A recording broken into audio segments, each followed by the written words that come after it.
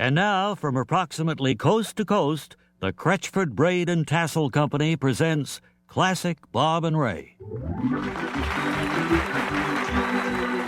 Hi, this is Bob Elliott, welcoming you to another program in the series Classic Bob and Ray. I'm always gratified by the high esteem in which our work is held by so many. To be honest, I think it's because of the sheer output of our work over the years. From 1946 to 1990, when Ray's health forced him to stop working, our presence was felt in practically every form of contemporary entertainment: radio, television, motion pictures, nightclubs, books, recordings, the Broadway stage, and Carnegie Hall. Through it all, we never took ourselves too seriously, and we certainly had fun in what we did. Well, I'm sure the Sitting Duck is pretty close to docking now. And for that story, let's call in Wally Ballou aboard that boat. Ballou, in the wheelhouse of the Sitting Duck, which now has made quite a bit of distance. There you go, 213. There you go, 213, between the Narrows and the pier on the North River. All right, two-thirds. Two-thirds now, where we're going to head two-thirds. land. Captain Gibbs is Yes. still at my side and has taken over the wheel. What are you doing now, Captain? Steering. And you're going to make a right turn up here, is that right? Is that Navy lingo or seafaring talk? You mean right and left turns? Yeah. No, not really. That's automobile lingo, so to speak. Uh-huh. But, no, we turn port or aft or starboard, you see. Well, now you're aiming for that little pier there. That's the aim now, not the pier, beside it. Uh-huh. There's a little body of water there between the two piers, and I'm going to try to squeeze the Sitting Duck in there and let the people get off. How many people do you have passengers aboard right now? Well, we mostly have bananas here, Uh-huh. but we have 4 or 5 folks who came along for the trip. They're all executives with the banana company. I understand that's quite a pleasant way to travel, and inexpensive, too. What? A banana boat. And now we're in, I'd say, about 50 feet from the dock. And what is that you're doing now, Captain? Oh, taking a drink of water. How long will it be before the boat comes to a complete halt? As soon as it stops. Oh, I hit the pier there. Now, that's a mistake. Do they mind when you do that, the people that own the pier? Well, they're covered. I mean, they have insurance to cover that. But they don't like it, no. They'd rather we didn't. Now I'm ringing the bell. What does that signify? Nothing special. It's something to do while I'm waiting for the boat to kind of wedge itself free here.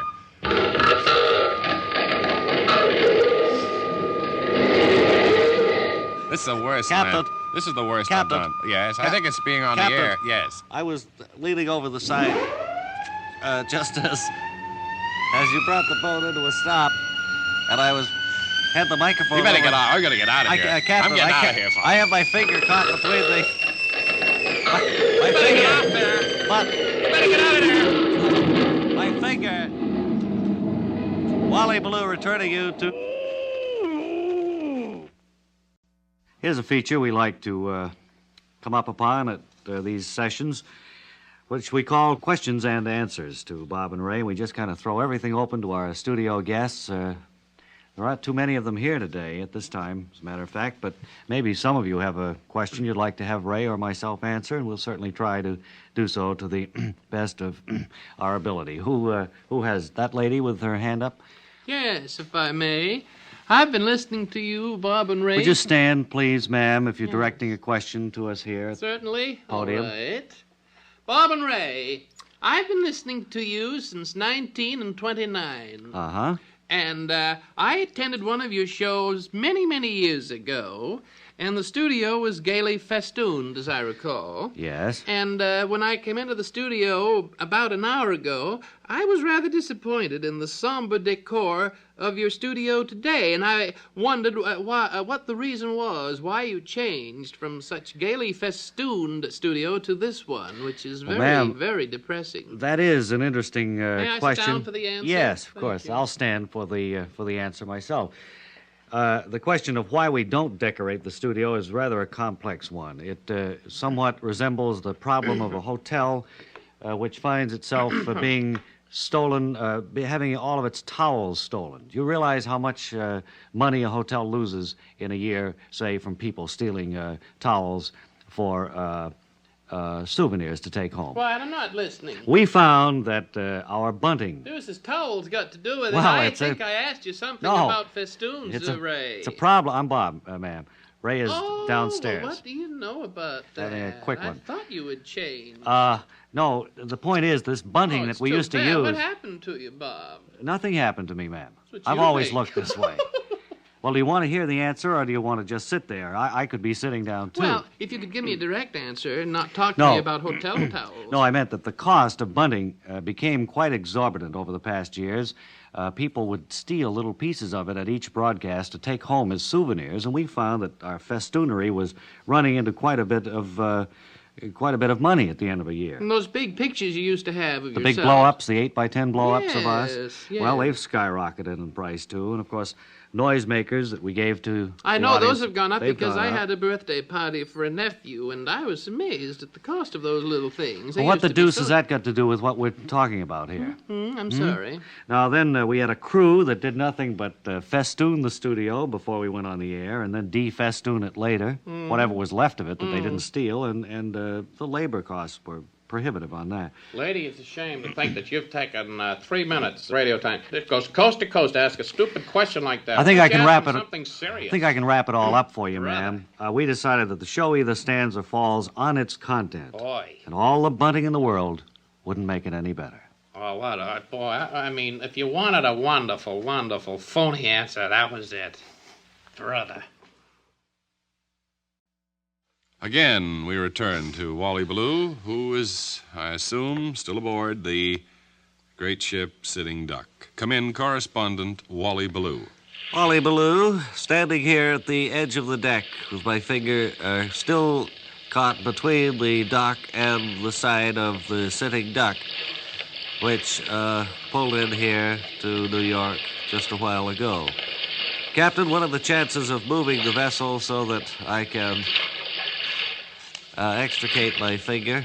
Well, I'll, There's no pain or anything. No, it's just a case of being stuck there, isn't it, more That's or less? right, and it's kind of awkward to carry Well, on we'll, a radio broadcast in this shed. Ben, will you move the boat a little bit up there, please? 1/3. Yeah, back about a third. All into that for head 1/3. 1/3. Right 15 degrees rudder? Right 15 degrees rudder. That should do it, because you sure they're going the right way now, away from the dock? Right 15. Yes. Be sure you're going away from the dock. Passing 200. Oh,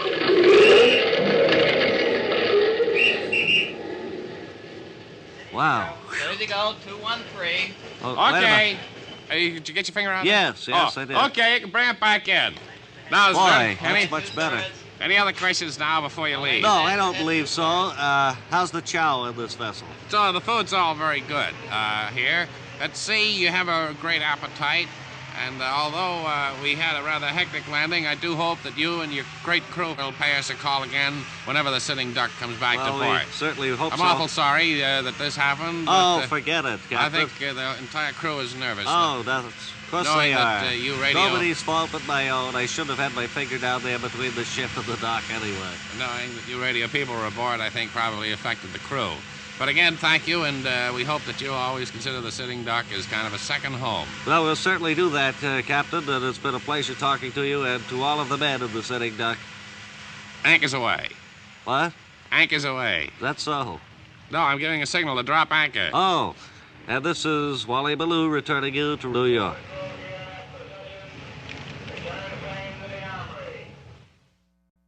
Hey, we got big news today for all anchovy lovers. Anchovies, as you know, friends, are small little fish of the herring family, noted for their peculiar flavor, and used for pickling and as a sauce or a canopy. Anchovies come curled up like little snails, and there was a time when this was considered fashionable and decorative, but not anymore. No longer should anchovies be served all rolled up in a little ball, friends. Today, anchovies should be served long. Anchovy strips, we call them.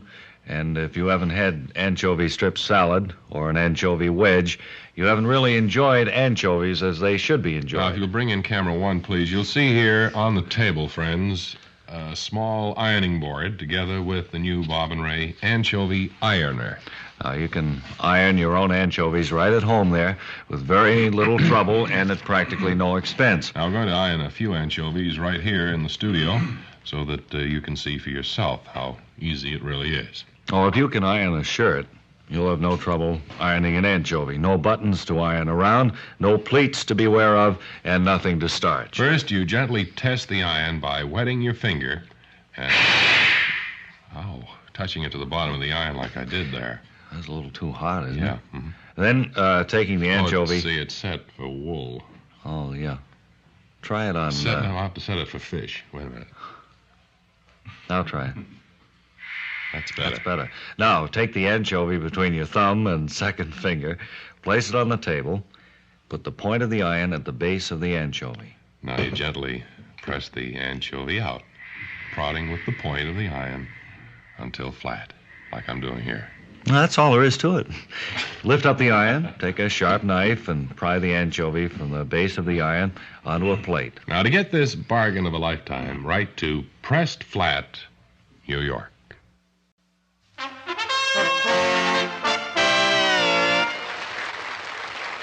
And that fanfare serves to introduce, of course, the 64-cent question.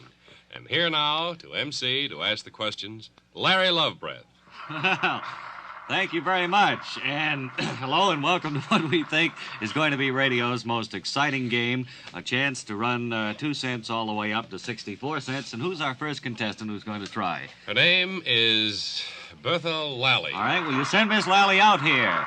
Miss Lally is from King of Prussia, Pennsylvania. Isn't that right, Miss Lally? That's right. And are you a little bit nervous as you stand here at our stage and prepare to try and run yourself up into a fortune? I don't know whether it's nervousness or excitement, Mr. Lovebreath. I see. Well, okay, now, first of all, as you know, you have to pick your category from this big board behind me. Now, you've got popular music, you've got geography, history. Well, I've already made up my mind. You've chosen your category. Yes, it's jousting. Jousting, okay. Well, I hope you know your subject, and we want to wish you a lot of luck. You have 2 cents, as you know, to begin with, and so here is your first question. Jousting has been a yearly event down in Natural Chimneys, Virginia, for some time, as a matter of fact. It's been called America's oldest continuous sporting event. Now, think carefully, Miss Lally, for 4 cents. How many years have they held this jousting tournament in Natural Chimneys, Virginia? Well, it started in 1821, so when they hold it this year, it will be the 134th. 134 years, right. And it's held on the 17th of August. I don't know That's whether right, did it you know is. that? Well, you certainly do know your subject, Miss Lally. Now, before you decide whether or not you want to try and run that 4 cents up to 8 and double your money, remember, after you get 8 cents, the least you can win is a box of marshmallows. I want you to go over into that isolation booth and think it over carefully, okay? All right. And we'll be calling you back later, and a great deal of luck to you. Thank you. A wonderful contestant. Thank you. Want to talk with anybody in the audience today, I wonder? How about that old gentleman on the end of the second row there? Would you come up here, Granddad? You And, talking to me? Yes. Where do you get the old granddad? Well, I just use that as kind of a friendly term. No, I meant where do you get the old granddad? I wouldn't mind having a Not little. around here. Oh, We're on the radio now. Oh, I righto. thought I should tell you. Where are you from? I'm from New Jersey. By the looks of your hale and hearty complexion, you're an outdoor man. You work outdoors? That's right. I raise hogs. Is that so? That's quite an industry, I suppose. It's quite an industry. Of course, without your hogs, you'd never have your ham or your bacon. You wouldn't have your fresh pork. You wouldn't have probably your toothbrushes. Or your sausages. Yes, sir. Sausages and so forth. Yes. How long you been at this? All your life? No, I've only been raising hogs for about 4 years. I've heard it said that hogs don't make very good house pets. Is that... No, they're not an animal that you'd want to keep in the house. For one thing, you never really get to know a hog. You can't get close to him, huh? Oh, boy, no. No, indeed. And, Are they friendly? I mean... No, a hog is not a friendly animal by any stretch of the imagination. Mm-hmm. He, actually is a pretty mean animal, a hog. You wouldn't think so, wouldn't probably. go so far as to attack you, would he? Oh, yes. If he thought that you were helpless, he'd attack you. Is that so, huh? You bet it's so. There's no doubt about it. You fall down in a pigsty, and you know you've fallen down someplace. Uh-huh.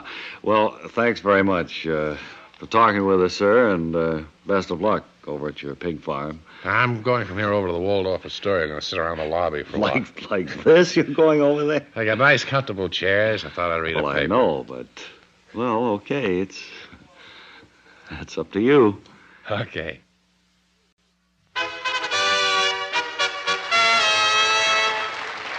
Yes, sir, it's our new radio game, and back in our stage is Ms. Bertha Lally of King of Prussia, Pennsylvania, and we're going to see what her decision is. She's already earned 4 cents for herself, and Miss Lally, what have you decided about trying to double that and go right on? I'll try. You're going to try and go for 8 cents, is that right? Now, as you know, very good. Are you nervous, or do you think that you'll No, be I'm advanced? quite familiar with my subject, All Mr. right. Lovebreath. I'm not nervous at all. All right, well, Miss Lally has chosen for her category jousting. She answered the first question correctly, and now let's turn on the question machine, which automatically gives us your next question for 8 cents, Miss Lally.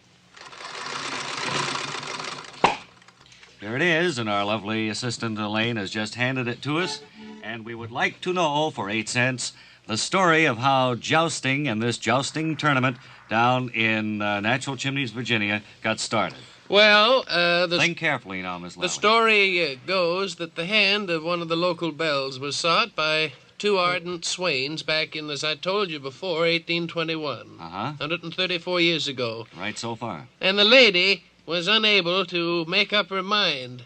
And finally, her schoolmaster uncle suggested that she bestow her favor, as in the days of King Arthur's knights, upon the winner of a jousting contest.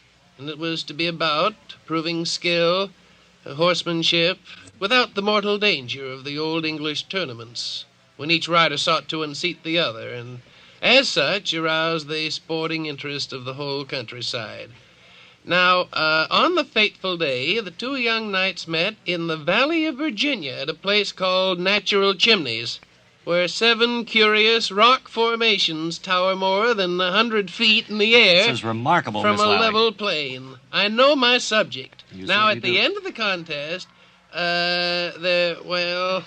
well, one of them won anyway. I think what was the question? That was right. That's absolutely right. And Miss Lally has told us the story of how the jousting tournament began. And now it's going to be up to you to make up your mind whether you want to try and double that. You have 8 cents. You're going for the first scaffolding. And I want you to think it over carefully, Miss Lally, before you decide, all right? Yes. And you'll be back a little bit later to try for that 16-cent question. And that will be the gateway to big money, okay? All right. We'll look for you again real soon. Hello there. Say, have we got exciting news for you this week? Yes, sir. Fall is here again, and of course, all of you regulars know that that's Bob and Ray Mystery Bus Ride time. You remember what a success it was last year, the mystery bus ride?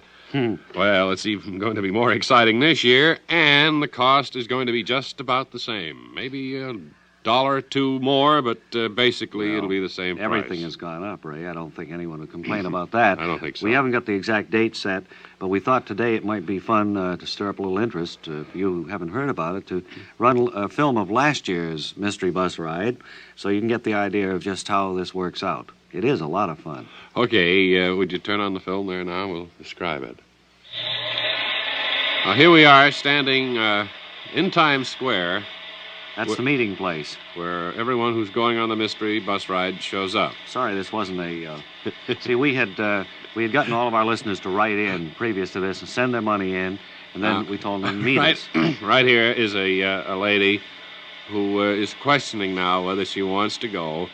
And Remember the trouble she had to be gave us? she had to be helped aboard. See, the trouble with this is that these people don't know. Well, the whole point of the mystery bus ride is that they pay their money and they get on the bus, the shades are drawn, and only the bus driver and the Bob and Ray staff know where the bus is going. And it's a mystery ride. And we bring them back to Times Square, maybe midnight, 1 or 2 o'clock. Unfortunately, last year we had tire trouble, you'll recall. Wait. There's the lady signaling she wants to get off there. That's a funny shot. That's right. And the Bob and Ray attendants, of course, can't permit that.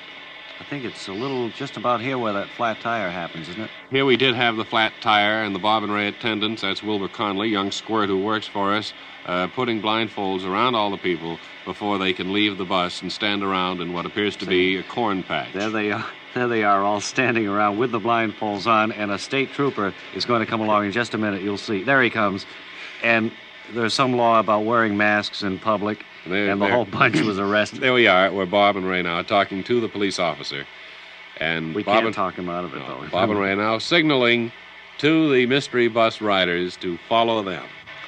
And there we go, as many as possible, into the waiting police van, and they're driven off. I guess that's about all, Max. I think that's about all we can show. The rest of it is... watch that film. Don't ruin it. I want to keep that. So there you have it. And I imagine a little bit like this would whet your appetite. We don't have the exact dates. As soon as we do, we'll let you know. That's the Bob and Ray Mystery Bus Ride. Keep it in mind for your fall entertainment. Bob and Ray Theater page. Now, last night I had the pleasure of traveling up to Leechburg, Connecticut, to the Brown Barn Theater for the opening of a new play starring a good friend of ours who invited us up, as a matter of fact, Barry Campbell. I'd like to... Can you play the tape right now? Elliot backstage at the Brown Barn Theater after the second act of tonight's opening play, Cry for Mercy, starring Barry Campbell. Barry is here with me now, and this is the first time I've seen you in your natural environment, Barry. Here at backstage at the theater. Didn't know what you meant by that. I didn't mean with the cows and animals. Bob, hope you haven't been inconvenienced too much by getting your car mired out there in the mud. I'm awfully sorry about that. I was a little concerned about the rain this afternoon, Baer, and of course it did keep away, I would imagine, a good number of people who would have come tonight. Well, you see, the barn is located in a regular sea of mud when it rains, and we had planned to get some rocks out there so the people could step on them and get over to the barn, but the rain didn't let up until 40 minutes before curtain time. Well, it certainly was bad luck. Barry, I enjoyed the first 2 acts. How do you think the few people who were here liked it? Did the animals interfere at all, do you think? Well, the animals do interfere. They have been interfering at all the performances. Wasn't it possible to keep them in their pens or stalls? Well, you see, the farmer who owns this property here insisted that we not pen up his animals after sundown, which we had suggested. Well, it would make it easier. He has your goats, and he has your cows, and he has your chickens and hogs. And see, he comes out and he kind of feeds the hogs about 4:30. I noticed one of the hogs rooting around the scenery over there. Did that interfere anything with the second act? Did it bother you at all? Yes, and of course there is a strong... what would you say? Strong hog smell. Yeah, I understand. Now, about the play, speaking of that, Cry for Mercy, how is it all going to come out? I think that's the question on everybody's lips here at the end of the second act. With 1 act to go, how is it going to resolve itself? Well, the wife of the high school teacher... Played by you, I might say, and very ably, too, Barry. No, I played a high school teacher. That's what I mean, yes. The wife of the high school teacher, in the third final act, cries for mercy. And that's the title, doesn't get it. And doesn't get it. And the curtain comes down, does it, at that point? Right after the murder, and then the solution of the crime. Well, we're all anxious to see it, and we certainly hope that the weather will be better tomorrow. And even the hens are way off. Listen to them cackling now. They shouldn't be doing this until 5 o'clock in the morning. Well, Barry Campbell, it's been nice talking to you here at the Brown Barn. Down to slop the hogs again. This is really tough. And it's almost curtain time for Act 3 of Cry for Mercy. And this is Bob and Ray's theatrical reporter, Bob, sending it back to New York. We've culled over the cards listing the symptoms of people in our audience and picked out what we believe to be the most unusual and interesting symptom for today. And we're going to have Dr. Von Baer, our Bob and Ray employee physician, Doctor, please. Yeah, boy. And will you come over here, sir, with the symptom? So now. Shall I take over here? Yeah, you better, Doctor. All right, sit down here. Yes. First, let me hit, cross your legs there, your knees. Let me hit the knee there, see what happens. Okay, Doctor.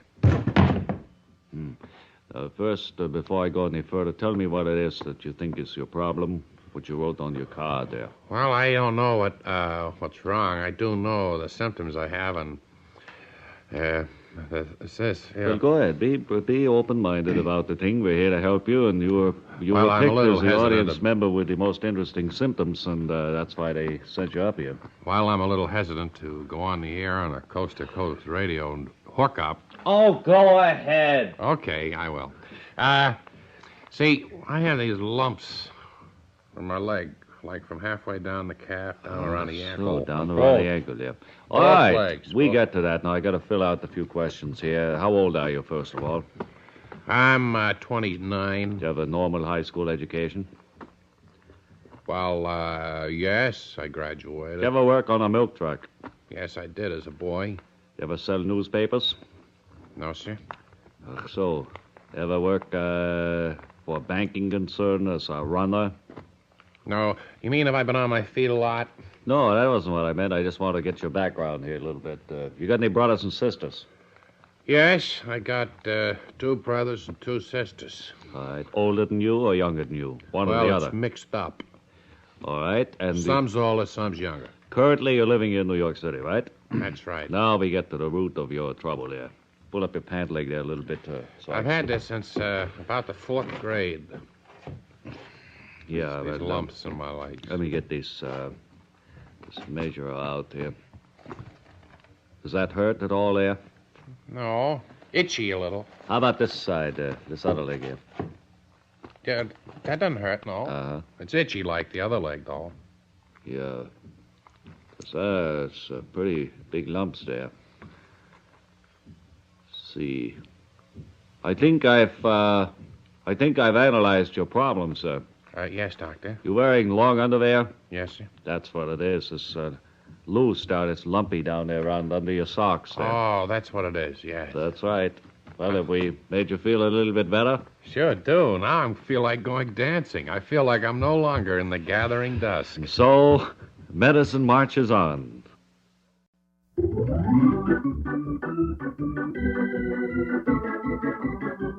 Well, that's about all the time we have today. Classic Bob and Ray was written and performed by Bob Elliott and Ray Goulding. Additional material by Tom Cook, Lars Hoel, and Ole Olehi. Classic Bob and Ray was developed for the Radio Foundation by our executive producer, Larry Josephson. Lars Hoel is our program producer, engineering by Jerry LaRosa, Bill O'Neill, and Manoli Wetherell.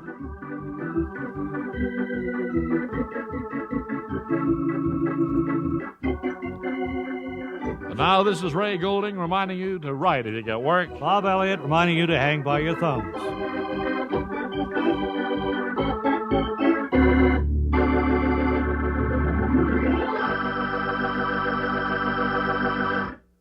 This program was independently produced and distributed by the Radio Foundation. This is the Radio Art Radio Network.